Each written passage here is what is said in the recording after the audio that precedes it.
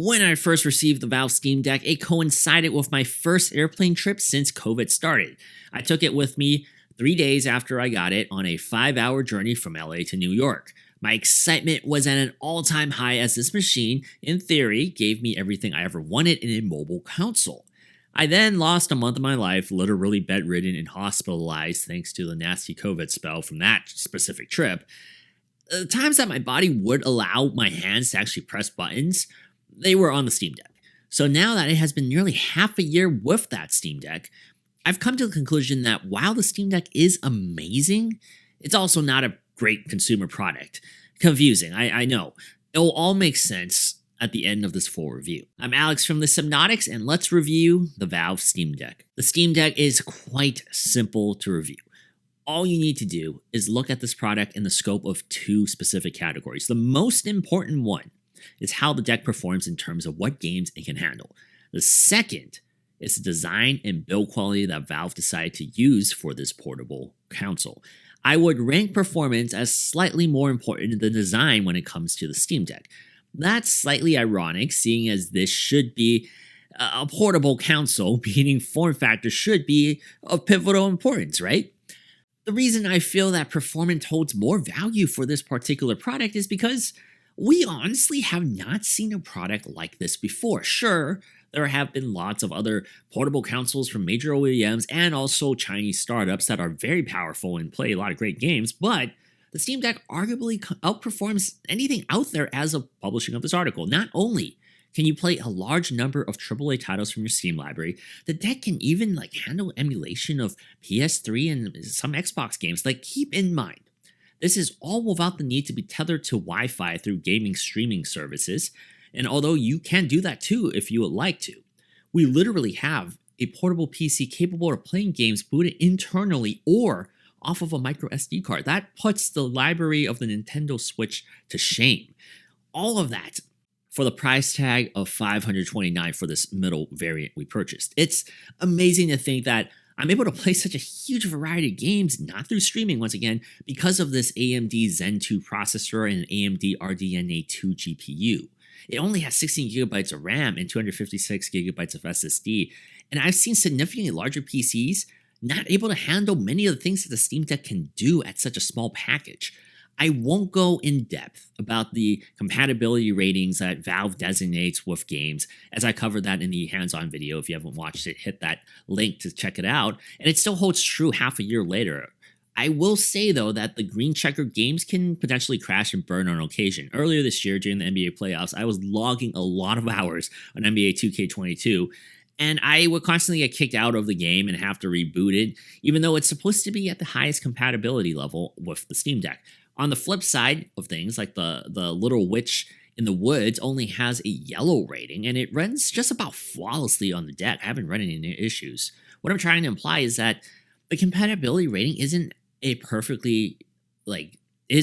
denominator in which the game will give you a good experience or not. If you have a vast library on Steam, that isn't too much of an issue, as you are afforded the opportunity to play each game out of your library on the handheld. For games you're looking to purchase on the Steam store, though, I did find it to be a bit of a crapshoot whether the compatibility actually matched the ratings well enough. Since acquiring the Steam Deck, though, most, if not all, of my Steam store purchases have been dictated by the ability to play the game on the deck. It's completely changed the way how I interact with the Steam store, and I don't foresee my mentality changing going forward. Speaking of the Steam store, I had an absolute nightmare of a time trying to purchase games through it on the deck. The store just seems like an afterthought more than a money-grabbing feature for the system. It essentially flows like a web browser version of an app instead of an actual store app. I had so many issues trying to check out that I eventually just gave up and bought the game on my PC instead. I just went on my Steam account on my PC. It is still, though, nice that your Steam account is connected to the cloud for different devices to recognize your library, so you can make purchases on your PC and it'll show up here. The main reason I wanted the Steam Deck was to be able to emulate older consoles. For this purpose, the deck definitely does not disappoint. We've been able to reliably emulate up to the 5th generation of game consoles in such a small Game Boy-like form factor for years now. And while Dreamcast games have whet our emulation appetites for the 6th generation, we really haven't had a good workhorse handheld to play PS2, Xbox, and GameCube titles. That was until the Steam Deck. While I'm a simple gamer who could live the rest of his life trapped on an island with only NES Tetris, I am beyond ecstatic to be able to play games like Harvest Moon, A Wonderful Life, Kingdom Hearts, The Lord of the Rings, The Two Towers, and Suikoden 3 with me to that island. Like, these are games that I've spent hundreds of hours of my youth hooked up to a television fawning over. And fast forward about 15 years later, and I'm now able to relive these masterpieces untethered.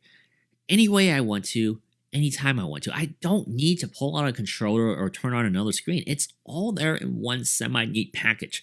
That is nifty to think about how technology has evolved. How do those aforementioned games play on the Steam Deck, though? Surprisingly well. I play Bully on here exactly like I did on the PS2. In fact, just about every PS2 and GameCube game I wanted to play was indeed playable. Actually, they ran flawlessly with little settings tinkering. Like, I personally have not experienced a better gameplay situation for playing PS2 on the go as I have now on the Steam Decks. Dolphin Emulator was a bit of a mixed bag, but overall many games I used to play on the Cube actually worked well with some settings adjustments. I am just very impressed that I'm capable of playing these games with good FPS rates, and it's just not a given nowadays.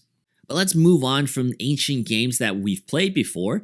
You can play your Steam library and even stream your games into the deck. Like, what I find extremely useful about the console is that it's an ideal indie game platform.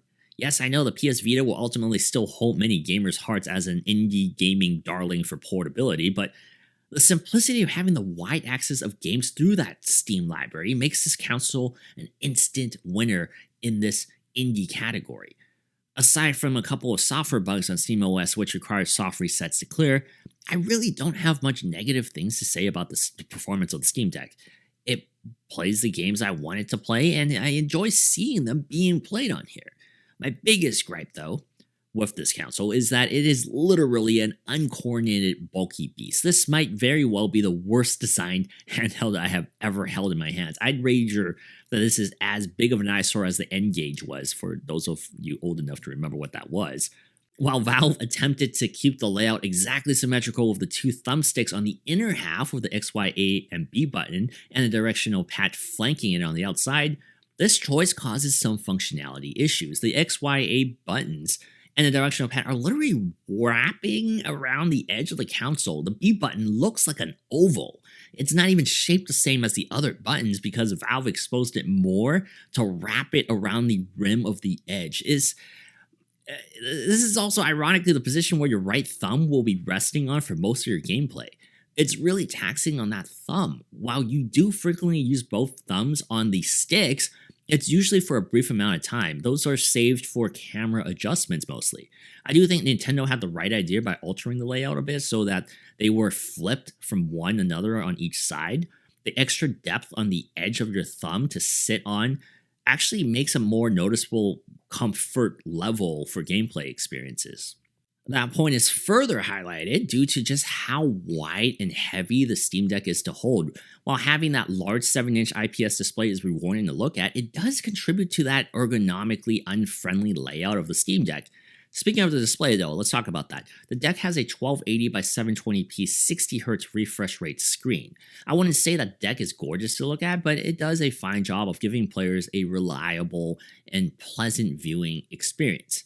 Although even at the highest brightness, I do find the Steam Deck to be a little bit on the dim side.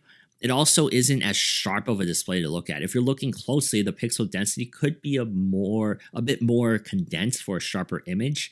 That being said though, a 720p 7-inch display just does enough to get the job done for being a portable device. It passes. What doesn't hold up too well is the battery life. There's a 40 watt-hour battery keeping the deck on when unplugged, and that battery can be keeping you gaming for roughly 2 to 3 hours. I think a couple hours of battery life is a realistic number to associate with the Steam Deck. That isn't terrible to say the least, but that also isn't a model for longevity. I don't think anyone expects the bulky deck to be efficient, as you are actually able to hear the fans kick in rather loudly and quickly at times in an attempt to try to cool the system down. On the bright side though, thanks to a USB-C port, you can always plug it into a portable battery bank when you're out and about. I've also found this to be less of an issue in the modern world, as, for example, on an airplane, most flights have complementary electrical outlets in the passenger's chair built in now. What I'm trying to say is that while the battery life on the deck isn't good in a traditional handheld way, it really didn't hamper my experience traveling with it anymore. On my trip from the West Coast to the East Coast, I never once came close to having the deck die on me. This is something that USB C has made such a huge impact on in the portable gaming space. Ultimately, the Valve Steam Deck is a ambitious endeavor for the gaming giant, yet it also isn't too shocking. Valve has shown a willingness to branch out and explore hardware production, as evident from past products like the Steam machines and also the Steam Link. While from a physical design standpoint, I find the Steam Deck to be pretty user friendly, the sheer power for the MSRP of the deck just clearly elevates this onto a pedestal by itself right now. There's a lot of competitors out there pushing portable consoles like Logitech and Aya Neo, but as of right now, the Steam Deck is a proven commodity and there is a lot of value here. Half a year later, and I still haven't reached the surface of that capability that the Steam Deck can actually unlock from a gaming standpoint. There are workarounds to be able to add third-party software like Epic Launcher into the Steam Deck in order to download your Epic games. I dare say that when this process becomes simpler and more natural and is actually incorporated into the deck's interface, this console will truly start soaring. Add in additional functionality such as the ability to boot Windows or use a mouse and keyboard in a docking mode, and there's just a lot of hidden potential that people who like tinkering will absolutely find joy in exploring. For now, though, I give the Steam Deck my highly deserved praise, even though I recognize the extreme shortcomings this first generation product possesses. Thank you so much for watching this video. Let me know what you guys think of your Steam Deck if you've gotten yours yet. I think almost all the pre-orders have been filled. They're actually taking new orders immediately now, I believe. The Steam Deck has been just chugging along. Let me know what you guys think of it. I'm Alex from the Sypnotix. I'll see you next time. The other day, my house was leaking. And I was like, oh my gosh, I don't know what to do about this. I'm a tech guy. I only know tech. So how do I fix that? And then you subscribed and you fixed it. So thank you.